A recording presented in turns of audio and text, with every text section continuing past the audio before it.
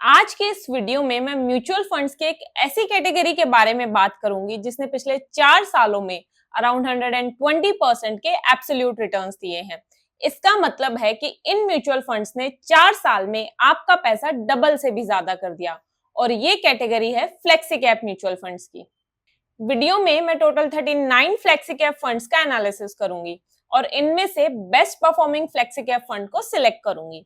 इन सभी फंड्स को मैं इनकी age, AUM, comparison with benchmark returns and category average returns, trailing returns, year on year returns, rolling returns, expense ratio, alpha, beta, standard deviation, sharpe ratio, up market capture ratio and down market capture ratio, इन सभी factors के basis पर compare करूंगी। Worst performing funds को मैं red mark करूंगी और उन्हें इस 39 फंड्स की लिस्ट से डिलीट करती जाऊंगी। जो फंड बेस्ट परफॉर्मिंग होगा उसे मैं ग्रीन मार्क करूंगी। जिस फंड पर एंड में सबसे ज्यादा ग्रीन मार्क्स आएंगे वही हमारा बेस्ट फ्लेक्सी कैप फंड होगा साल 2025 के लिए। तो शुरू करते हैं सभी 39 फ्लेक्सी कैप फंड्स का कंपैरिजन के लिए हमारा फर्स्ट फैक्टर है age of fund. Age of fund का मतलब है कि एक पर्टिकुलर फंड कब लॉन्च हुआ था, कितना पुराना है वो फंड। जो फंड्स अभी रिसेंटली 1-2 साल पहले ही लॉन्च हुए हैं उन्हें हम प्रेफर नहीं करेंगे क्योंकि उनके लास्ट 1 ईयर रिटर्न्स के अलावा बाकी रिटर्न्स एंड रिस्क फैक्टर्स का डेटा अवेलेबल नहीं है। प्लस उनके रोलिंग रिटर्न्स भी कैलकुलेट नहीं हो सकते और जब हमारे पास ऑलरेडी पुराने फंड्स अवेलेबल हैं जो अच्छे रिटर्न्स दे रहे हैं तो हम उन्हें प्रेफर करेंगे। तो अगर मैं इस लिस्ट में देखूं तो टोटल 12 फंड्स ऐसे हैं जो रिसेंटली 1-2 साल पहले ही लॉन्च हुए हैं। Helios, Samco, Trust MF, Invesco, White Oak Capital, ITI, Sundaram, 361, Baroda BNP Paribas, Mirae Asset, Bajaj Financial Services and NJ flexi cap fund.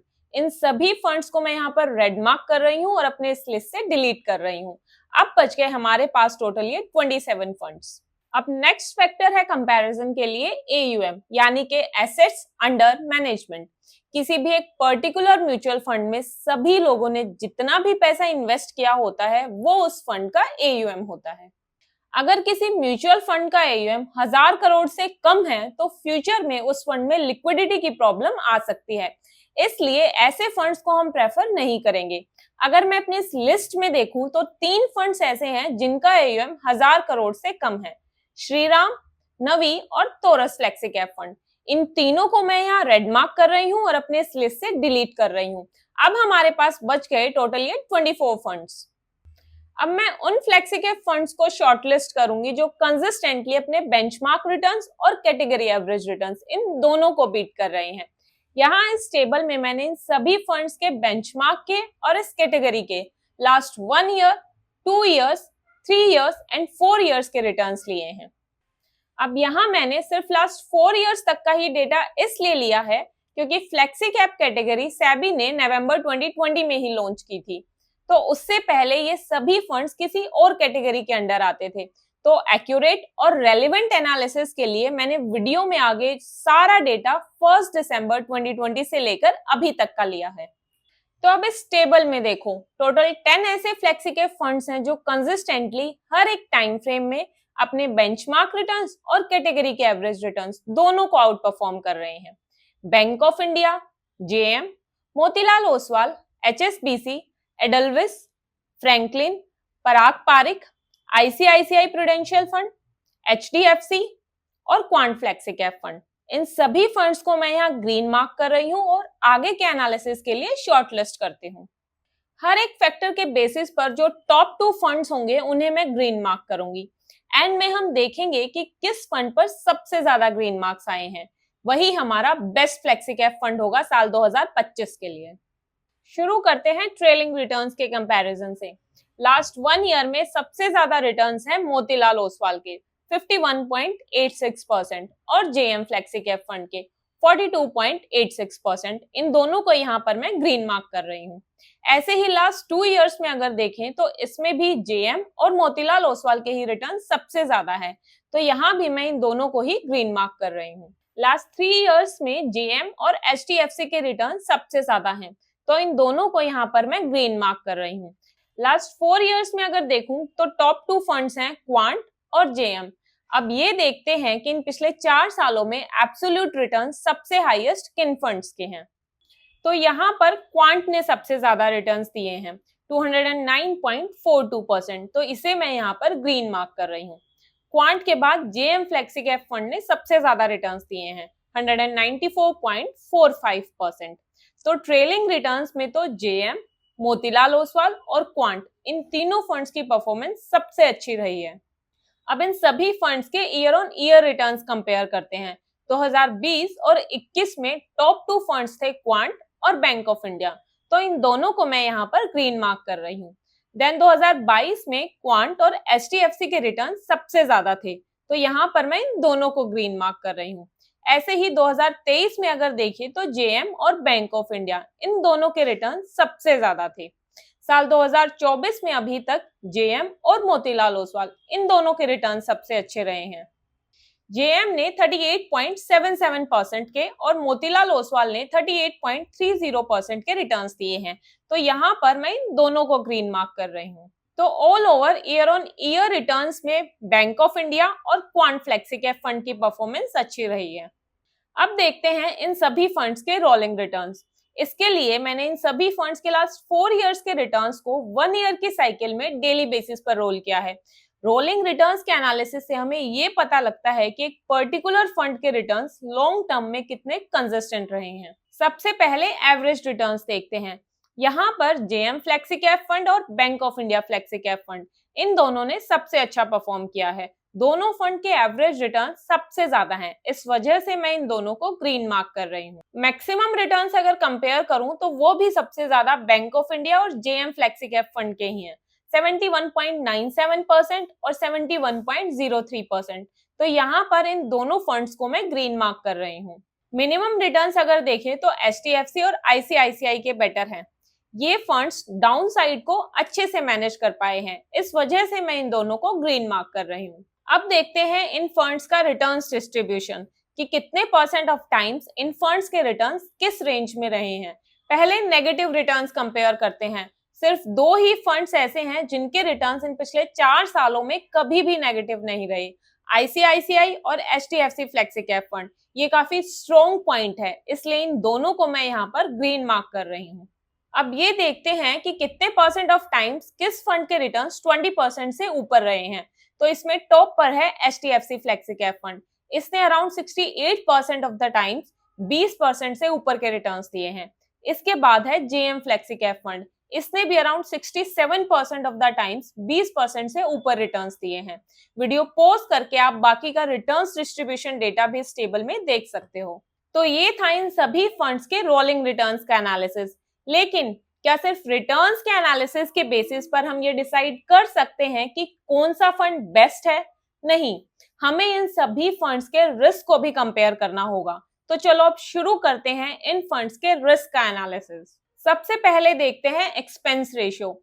Expense ratio वो अमाउंट होता है जो एक पर्टिकुलर म्यूचुअल फंड कंपनी हमसे चार्ज करती है हमारा पैसा मैनेज करने के बदले में।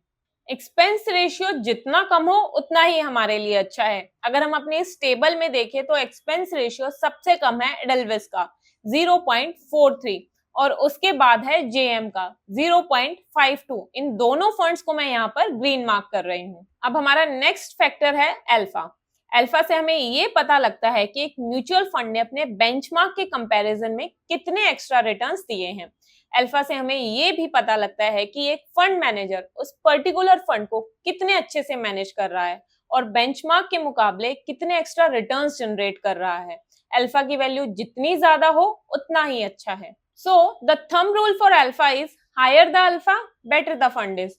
तो हम उस फंड को प्रेफर करेंगे जिसका अल्फा सबसे ज्यादा हाई है, और हमारे इस लिस्ट में अल्फा सबसे ज्यादा है जेएम का 10.73 और उसके बाद है एचडीएफसी का 8.97। तो इन दोनों फंड्स को मैं यहाँ पर ग्रीन मार्क कर रही हूँ। नेक्स्ट रिस्क फैक्टर है बीटा। बीटा हमें ये बताता है कि एक फंड अपने बेंचमार्क के कंपैरिजन में कितना कम या ज्यादा वॉलेटाइल है।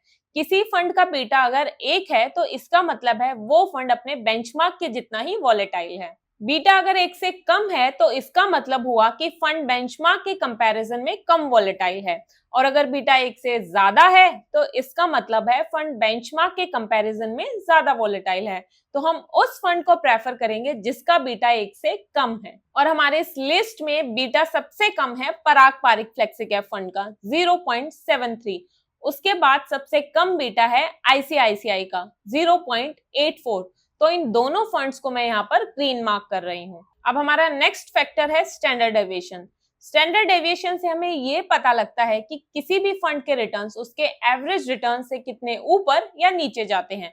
जैसे कि अगर किसी फंड का स्टैंडर्ड डेविएशन 5% है और उस फंड के एवरेज रिटर्न्स 20% रहे हैं, तो इसका मतलब है कि उस फंड ने 20+5 और 20-5 की रेंज में रिटर्न्स दिए हैं, यानी कि उस फंड के रिटर्न्स मैक्सिमम 25% तक गए हैं और मिनिमम 15% तक।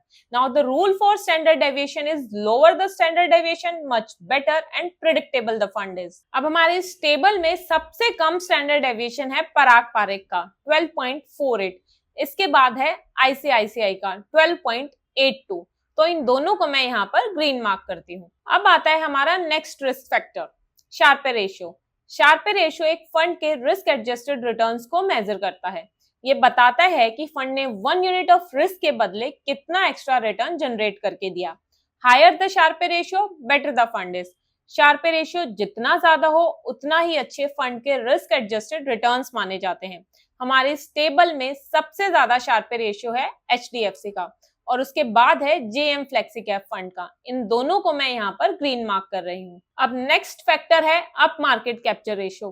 अप मार्केट कैप्चर रेशियो से हमें ये पता लगता है कि बुल मार्केट में कोई भी फंड अपने बेंचमार्क के कंपैरिजन में कितने एक्स्ट्रा रिटर्न्स जनरेट कर रहा है। अगर किसी फंड का ये रेशियो 100 के बराबर है तो इसका मतलब हुआ कि उस फंड ने अपने बेंचमार्क के बराबर ही रिटर्न्स दिए हैं। अगर ये रेशियो 100 से ज्यादा है तो इसका मतलब है कि बुल मार्केट में उस फंड ने अपने बेंचमार्क के कंपैरिजन में ज्यादा रिटर्न्स दिए हैं, और अगर ये रेशियो 100 से कम है तो इसका मतलब हुआ कि बुल मार्केट में उस फंड ने अपने बेंचमार्क के कंपैरिजन में कम रिटर्न्स दिए हैं। तो हम उस फंड को प्रेफर करेंगे जिसका अप मार्केट कैप्चर रेशियो 100 से ज्यादा हो। हमारे इस टेबल में सबसे ज्यादा अप मार्केट कैप्चर रेशियो है बैंक ऑफ इंडिया का 126। इसका मतलब है कि बुल मार्केट में ये फंड बेंचमार्क के कंपैरिजन में 26% ज्यादा ऊपर गया, तो इसे मैं यहाँ पर ग्रीन मार्क कर रही हूँ। इसके बाद सबसे ज्यादा ये रेशियो है जेएम और क्वांट का 120, तो इन दोनों को भी मैं यहाँ पर ग्रीन मार्क कर रही हूँ। अब बचता है last factor down market capture ratio. इससे हमें ये पता लगता है कि जब मार्केट गिर रही थी तब मार्केट के कंपैरिजन में फंड कितना गिरा। जैसे अगर किसी फंड का ये रेशियो 100 है तो इसका मतलब है जितना मार्केट नीचे गई उतना ही वो फंड भी नीचे गया। अगर ये रेशियो 100 से ज्यादा है तो इसका मतलब है कि वो फंड मार्केट से ज्यादा नीचे गिरा है, यानी कि वो अपने रिस्क को इफेक्टिवली मैनेज नहीं कर पा रहा। और अगर ये रेशियो 100 से कम है तो इसका मतलब है कि वो फंड मार्केट से भी कम गिरा है, यानी कि वो फंड अपने रिस्क को बहुत अच्छे से मैनेज कर रहा है। तो हम उस फंड को प्रेफरेंस देंगे जिसका डाउन मार्केट कैप्चर रेशियो सबसे कम हो, और हमारे इस टेबल में सबसे come down market capture ratio है एचडीएफसी का 55। इसका मतलब है कि ये फंड बियर मार्केट में अपने बेंचमार्क के कंपैरिजन में 45% कम गिरा। एचडीएफसी के बाद सबसे come down market capture ratio है आईसीआईसीआई का 63। तो इन दोनों को मैं यहाँ पर ग्रीन मार्क कर रही हूँ। तो यहाँ अब हमारा रिस्क एनालिसिस खत्म होता है। अब सवाल आता है कि बेस्ट फ्लेक्सिकैप फंड कौन सा है। तो देखो, जैसा कि मैंने वीडियो की स्टार्टिंग में बोला था कि जिस भी फंड पर सबसे ज्यादा ग्रीन मार्क्स आएंगे वही हमारा बेस्ट फंड होगा। तो सबसे ज्यादा ग्रीन मार्क्स आए हैं जेएम पर। तो साल 2025 के लिए बेस्ट फ्लेक्सिकैप फंड है जेएम फ्लेक्सिकैप फंड। लेकिन अगर आपके इन्वेस्टमेंट गोल्स या प्रायोरिटीज अलग हैं जो इस फंड के साथ मैच नहीं होती, तो यहाँ पर मैं एक रिस्क रिटर्न टेबल बनाकर दे रही हूँ जिसमें आपको बाकी फ्लेक्सिकैप फंड्स का भी एक क्लियर आइडिया मिल जाएगा। वीडियो पॉज करके आप अच्छे से ये टेबल देख सकते हो। तो ये थी मेरी आज की वीडियो जिसमें मैंने बेस्ट फ्लेक्सिकैप फंड के बारे में बताया। आपको ये वीडियो कैसी लगी मुझे कमेंट्स में जरूर बताना। Thank you so much for watching. See you guys in next video.